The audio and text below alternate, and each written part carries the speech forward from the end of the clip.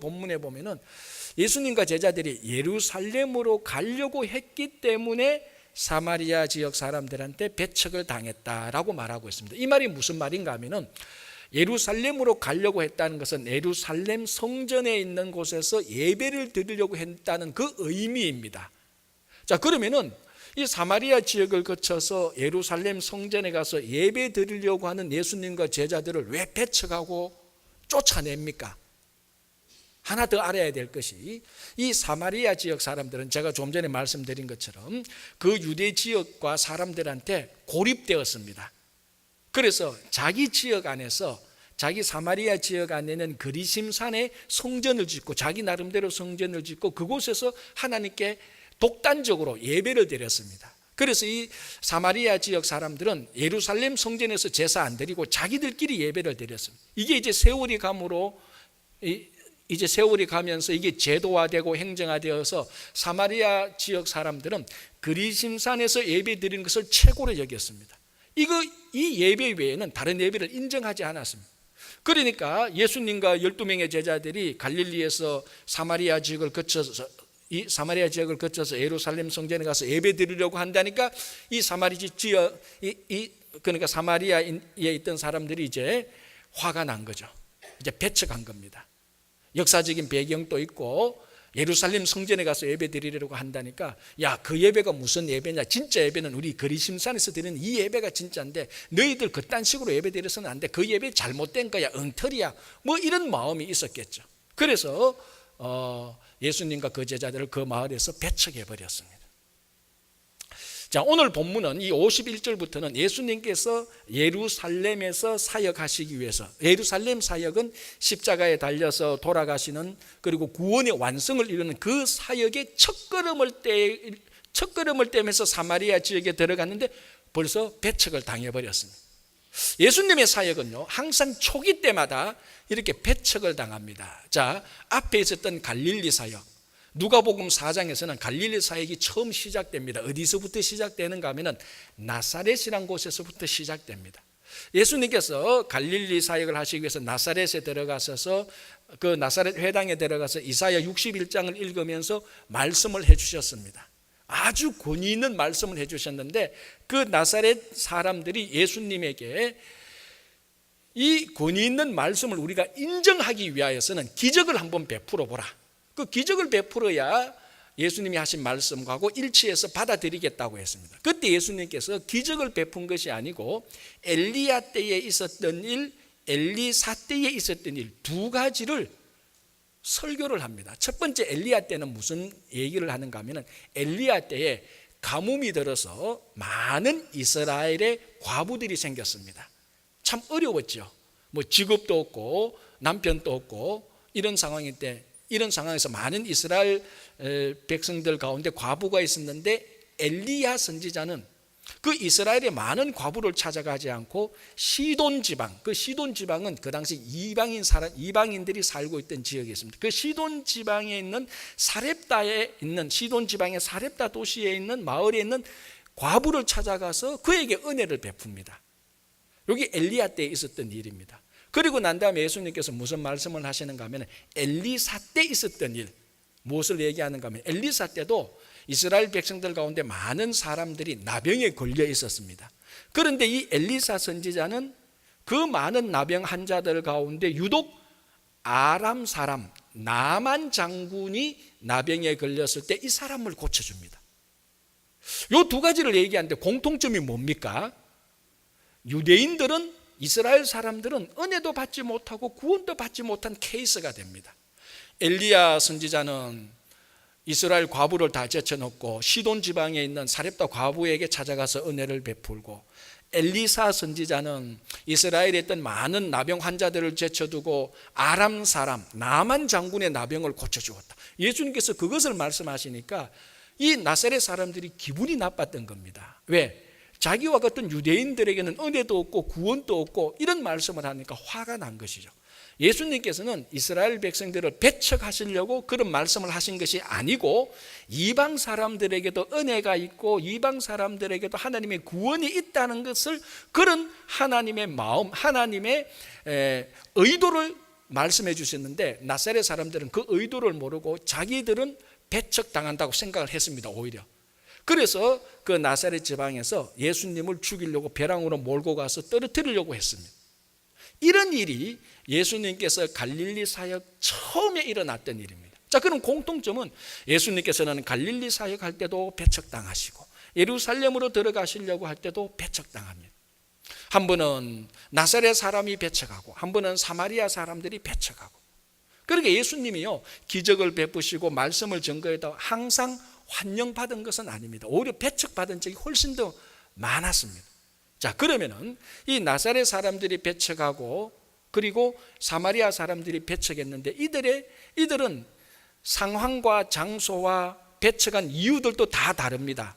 그러나 한 가지 중요한 공통점이 있습니다. 이 나사렛 사람들과 사마리아 사람들이 예수님을 배척한 중요한 공통점, 그들의 마음속에 자리 잡고 있었던 것은 한마디로 말하면 집단 이기주의입니다. 집단 이기주의 잘 아시잖아요. 자기가 속해 있는 그 집단의 이익만을 위해서 행동하는 것입니다. 그래서 이 집단 이기주의는요, 자기 개인의 이익을 극대화하기 위하여서 자기가 소속한 공동체의 이익을 위해서 행동합니다. 그럼 어떤 결과가 나는가 하면 이 공동체보다 더 큰 전체 공동체에 해를 끼치게 됩니다. 그러니까 이 집단 이기주의는 아주 묘합니다. 자기 개인의 이익과 자기 개인의 사랑을 자기가 속한 집단에 대한 이익과 사랑으로 위장시킵니다. 그래서 자기 이익과 자기 개인 이기주의를 집단 이기주의에 투영시켜서 자기 개인 이기주의를 합리화하고 정당화시킵니다. 그래서 이 집단 이기주의는요, 양면성이 있습니다.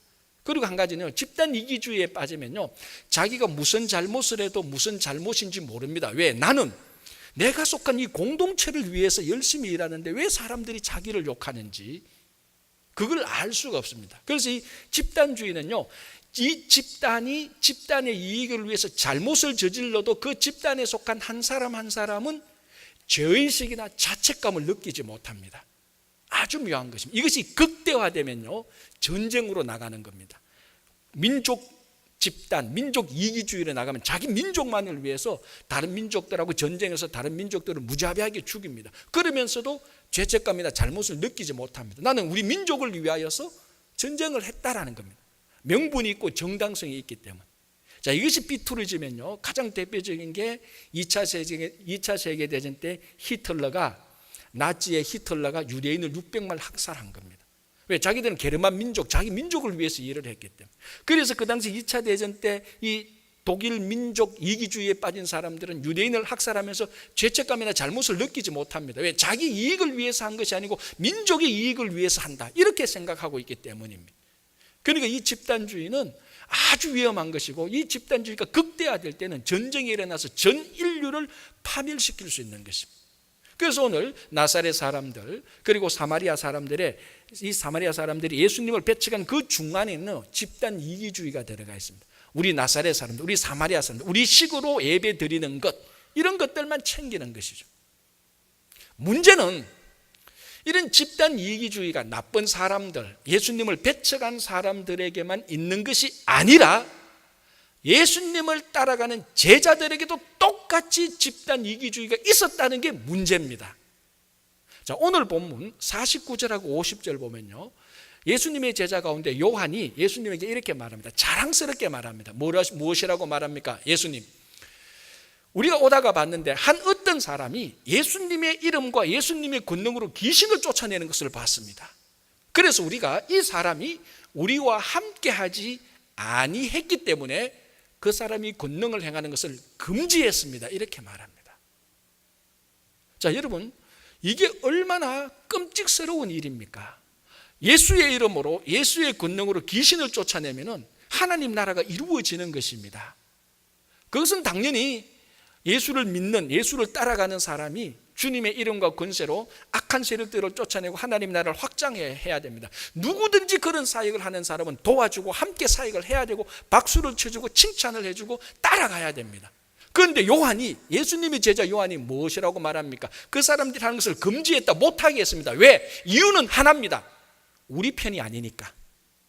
우리 12명의 제자 그룹에 속하지 않은 사람이니까 못하게 한 것입니다. 전형적인 집단 이기주의입니다. 예수 제자 집단 이기주의입니다. 자, 이것이 사마리아 사람이나 나사렛 사람이나 히틀러에게만 나타나는 게 아니고, 일본 사람에게만 나타나는 것이 아니고, 예수님을 따라갔던 12 제자에게 그대로 있었다는 것입니다. 무슨 말인가 하면, 이 집단 이기주의가 오늘날 똑같이 우리 교회와 우리 성도들 안에 그대로 있다는 것입니다. 그래서 교회 밖에 있는 세상 사람들이 교회를 볼 때 늘 이기주의라고 욕을 하는 겁니다. 비난을 하는 겁니다. 그런데 우리들은 어떨 때 그 비난을 잘 이해하지 못합니다. 왜? 우리는 우리 교회를 위해서, 우리 성도를 위해서 열심히 하는데 왜 사람들은 자꾸 우리를 비난하는가? 그래서 자칫하면은 세상 사람들이 집단 이기주의에 빠진 교회의 잘못을 지적할 때 우리는 못 들을 수가 있습니다. 그것이 우리가 참 조심해야 될 집단 이기주의에 빠진 사람들의 심리입니다. 분명히 교회와 성도들에게도, 예수님을 따라가는 12 제자에게도 집단 이기주의가 있었다면 우리에게도 당연히 그런 집단 이기주의가 있습니다. 이것을 참 우리가 조심해야 되는데요, 우리가 믿는 신앙의 근본이 무언가 하면요, 배타성이 있습니다. 무슨 말인가 하면, 우리가 믿는 구원의 도리는 예수 그리스도만 믿고 구원을 얻는 것입니다. 그래서 이것을요, 좀 어려운 말로 말하면 구원의 배타성이라고 말합니다. 이게 뭔가 하면요, 예수 그리스도 외에는 어떤 것도 인정하지 않고 다 배척해버립니다. 구원에 있어서는. 그래서 배타적이죠. 다 배척하고 다 물리칩니다. 구원은 예수 외에는 아무것도 없다. 이 구원의 배타성은요, 누가 무슨 소리를 해도 정당합니다. 누가 어떤 욕을 해도, 어떤 비난을 해도, 목에 칼이 들어와도 구원의 배타성은 우리가 죽을 때까지 지켜야 되는 겁니다. 그런데 자, 이 구원의 배타성을 나무라거나 잘못된 것이 아니고, 이 구원의 배타성을 가진 우리들이 삶에 있어서 배타성을 드러내서는 안 된다는 것입니다. 구원의 배타성을 가진 우리가, 예수 그리스도만으로 구원을 얻는 우리가 삶에 있어서는 다른 종교를 가진 사람들, 다른 사람들, 다른 가치와 목적인 사람들을 배척할 것이 아니고 그런 사람들을 품어야 되는 것입니다. 그러니까 구원에 있어서는 배타적이어야 하지만 우리 삶의 모습에 있어서는, 삶의 실천에 있어서는 내하고 다른 생각, 다른 가치, 다른 종교를 가진 사람일지라도 그 사람을 물리치거나 쫓아내거나 배척해서는 안 된다는 것입니다. 그러니까 이게 묘하다는 겁니다. 우리가 예수 그리스도만을 믿는데 예수 그리스도만을 믿지 않는 사람을 다 쫓아내고, 그게 아니라 예수 그리스도만을 믿는 사람들은 예수 그리스도를 믿지 않는 사람들을 품어야 되는 것입니다. 그때 교회 집단주의가 벗어나게 되는 것입니다. 그래서 이 교회는요, 예수 그리스도만 믿지만은 예수 그리스도를 믿지 않는 사람들에게 문을 열어줘야 됩니다. 그들에게 손짓해야 됩니다. 그들을 품어줘야 됩니다. 그때 교회 집단주의가, 이 교회가, 성도가 집단주의에 빠져들지 않습니다. 그래서 구원은 배타적으로 예수 그리스도만을 믿지만은 우리들의 삶은 예수 그리스도를 믿지 않는 사람들에게 다가가서 문을 열고 품어줘야 됩니다. 너 예수 그리스도 믿지 않는다고 해서 쫓아낼 것이 아니고 품어줘야 되는 것입니다. 그때에 우리는 집단주의에서 헤어나올 수 있는 것입니다. 자, 오늘 이 사마리아 사람들이 예수님을 배척했습니다. 그런데 예수님은 사마리아 사람들을 배척했을까요? 아닙니다. 자, 우리 대표적으로 사도행전 1장 8절을 보면 예수님께서 제자들에게 명령을 내리실 때, 오직 너희가 성령을 받으면 너희가 권능을 받고 예루살렘과 온 유대와 사마리아와 땅끝까지 이르러 내 증인이 되리라. 사마리아를 꼭 집어서 지적합니다. 그럼 이 사마리아가 좀 회개했기 때문에, 사마리아 사람들이 자기들이 예수님 배척한 거 회개했기 때문에 이제 그들에게 찾아가라 그렇게 말했습니까? 아닙니다. 사마리아는 여전히 그때도 똑같이 적개심과 분노를 가지고 있었던 지역이고 사람들입니다. 무슨 말인가 하면요, 이 세상은 교회에 대해서 여러 가지로 비난하고 흠집을 잤습니다. 교회가 집단 이기주의에 빠졌을 때도 빠졌다 그러고, 교회가 선한 일을 해도 여전히 욕할 때가 있습니다. 그러나 교회는 세상이 우리를 어떤 욕을 하더라도 예수님처럼 똑같이 맞서서 그들을 배척할 것이 아니고 품어야 되는 것입니다. 이것이 예수 그리스도만으로 구원 얻은 우리들이 해야 될 일입니다. 그러니까 여러분, 세상을 보십시오. 세상은요, 교회보다 훨씬 더 이기적이고 세상은 교회보다 훨씬 더 사악합니다. 세상에 있는 모든 단체와 조직은 자기 이익만을 위해서 일합니다. 그러면서도 교회가 자기 이익을 위해서 일할 때 손가락질합니다. 그게 현실이에요. 그게 사실이에요. 그럼에도 불구하고 교회는 세상을 품어야 된다는 겁니다. 세상을 배척해서는 안 된다는 겁니다. 앞으로 세상은 점점 더 이기적으로 되어갑니다. 그러나 교회는 그런 세상을 자꾸 또 품어야 되는 것입니다. 여러분, 한국에서요, 초등학교 4학년 사회 문제, 이런 문제가 나왔습니다. 여러분 한번 풀어보십시오. 제가 그 문제를 가져왔는데요, 질문이 이겁니다. 다음과 같은 사람들의 공통점으로 알맞은 것은 어느 것인가? 자, 예가 나옵니다. 대통령, 국회의원, 시장, 시의원. 자, 이 사람들의 공통점은 무엇인가인데요, 이제 보기가 있습니다. 1번, 정해진 임기가 없다. 2번, 정당에 소속되어 있다. 3번, 직접 선거를 통해서 선출된다. 4번, 지역을 대표하는 사람들이다. 자, 여기까지 답이 있는데 무엇입니까? 어렵죠? 벌써 한국을 떠나온 지 어려웠어요. 답은 3번입니다. 직접 선거를 통해서 선출되는 사람들입니다. 그런데요, 문제예요, 누가 장난을 쳤는지 선생님이 그냥 흘렸는지 5번 또 하나 더 냈습니다.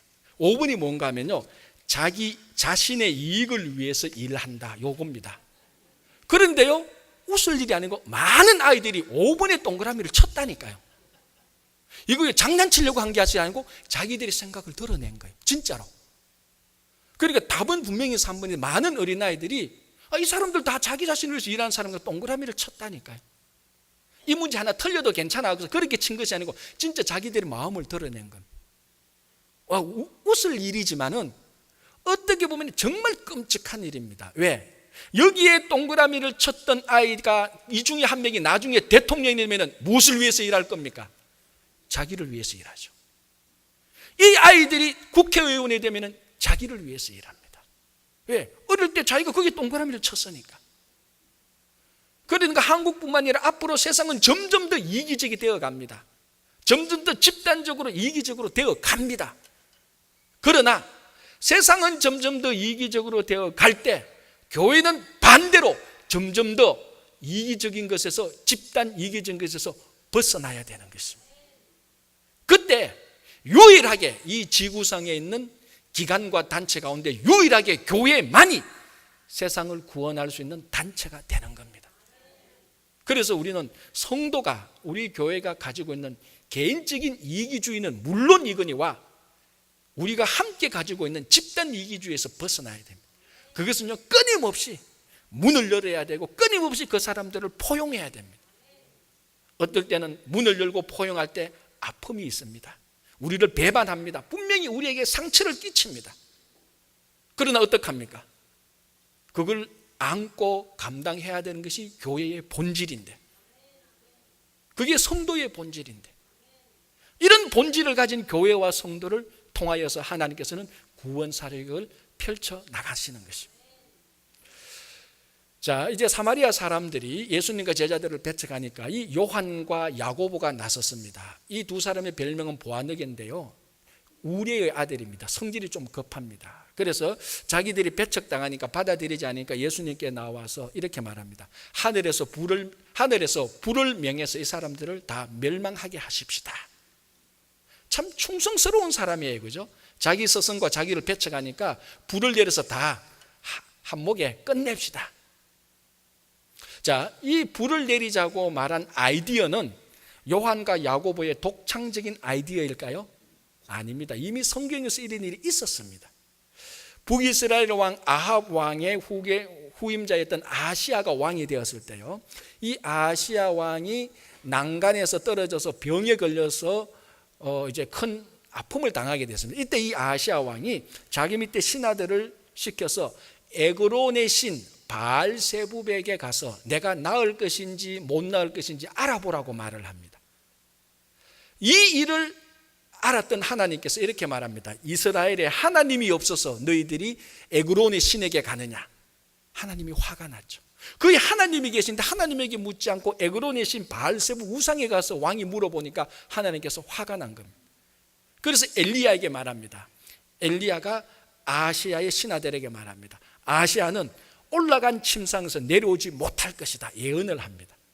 그러니까 이 예언을 들었던 아시아가 화가 나죠. 그래서 자기 밑에 신하 50부장 1명과 50명의 군사를 보내서 엘리야를 잡아오라고 말합니다. 51명이 가서 엘리야하고 만납니다. 이 엘리야가 말하죠. 내가 하나님의 사람이거든. 하늘에서 불이 내려와서 너희들을 멸망시킬 것이다. 말 떨어지자마자 하늘에서 불이 와서 51명을 다 멸망시켰어요. 자, 그 이야기를 들었던 아시아가 회개하고 벌벌 떨어야 되는데 이번에 또 51명을 또 보냅니다. 이 두 번째 사람도 엘리야하고 만났는데 하늘에서 또 불이 떨어와서 또 죽습니다. 세 번째 사람이 가는데 세 번째 50부장이 좀 현명했습니다. 엘리야를 만나서 부탁을 합니다. 살려주십시오. 우리는 하나님이 있는 줄도 알고 당신이 하나님의 사람인 줄 압니다. 살려주십시오. 그때 이 사람들한테는 불이 내려오지 않아서 살게 됩니다. 그리고 아시아는 하나님께서 엘리야를 통해서 예언한 대로 침상에서 내려오지 못하고 그대로 죽게 됩니다. 이게 구약 성경에 있는데 요한과 야고보가 그걸 알았습니다. 그걸 인용해서 이 사마리아 사람들에게 불을 명해서 멸망시킵시다 라고 말을 했습니다. 자, 여러분, 이 아시아의 신하들에게 하나님께서 불을 내린 이유가 뭡니까? 이스라엘에 하나님이 있다는 것을 증명하기 위해서입니다. 그런데 오늘 요한과 야고보가 불을 내리자고 한 이유는 뭡니까? 분풀이죠. 자기 분풀이죠. 자기들이 쫓겨나니까, 배척당하니까 이 사람들 한번 보자. 하늘에서 불을 명하여서 다 멸망시킵시다. 쫓겨난 데 대한 분풀이, 복수입니다. 똑같은 불인데 이 불을 잘못 이용하려고 하는 것이죠.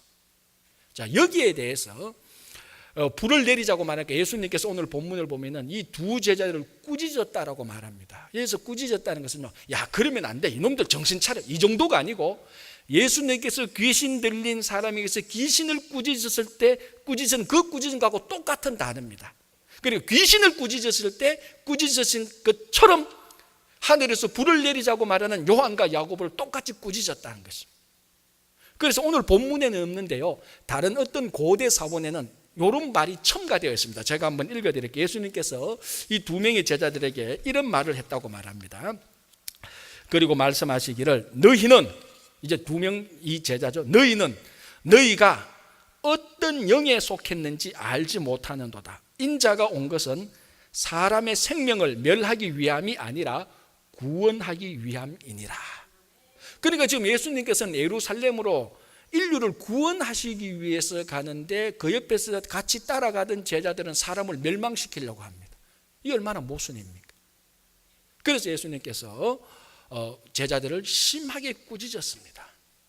여러분, 사람들은요, 능력이 크고 작고 얼마나 많고 적고를 보지만 하나님께서는 능력을 어디에다 사용하는가를 봅니다. 하나님께서 우리에게 주신 능력은요, 사람마다 다 다릅니다.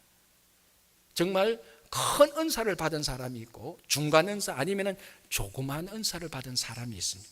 그런데 우리들은요, 큰 은사, 큰 능력을 가지고 있는 사람들에게 박수를 치고 그 사람들의 능력이 만방에 빛나기를 바랍니다. 그런데 하나님께서는요, 우리들의 능력이 얼마나 큰지 작은지 거기는 별로 관심 없습니다.